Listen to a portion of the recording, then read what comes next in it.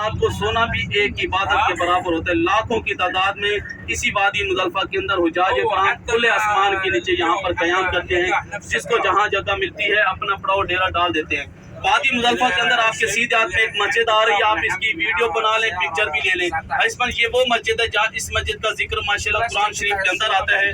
یہ مسجد صرف 10 ذی الحجہ کی رات کو ایک رات کے لیے یہ مسجد کھولی جاتی ہے. اس کے بعد یہ مسجد بھی آپ دیکھیں گے پورا سال بند رہتی ہے. پورے سال میں اس میں نہ اذان ہوتی ہے نہ نماز با جماعت ہوتی ہے.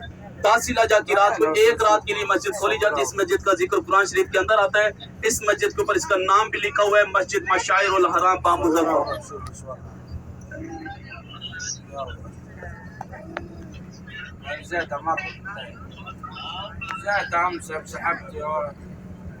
اسما زیارت کریں مسجد مشاعر الحرام با مزدلفہ. اس مسجد کا ذکر قرآن شریف کے اندر آتا ہے. یہ صرف 10 ذی الحجہ کی رات کو ایک رات کے لیے یہ مسجد کھولی جاتی ہے. وادی مزدلفہ کی یہ بڑی مسجد ہے, 10 ذی الحجہ کی رات کو ایک رات کے لیے کھولتی ہے مسجد مشاعر الحرام با مزدلفہ.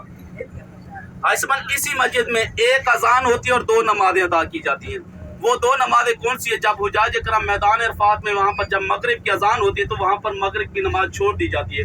میدان عرفات کے اندر مغرب کی نماز 9 ذی الحجہ کو ادا نہیں کی جاتی. وہ نماز جب چھوڑ کر اسی وادی مزدلفہ میں پہنچتے ہیں تو پہنچتے عشاء کی اذان ہو جاتی ہے. اسی لیے ایک اذان ہوتی ہے اور 2 نماز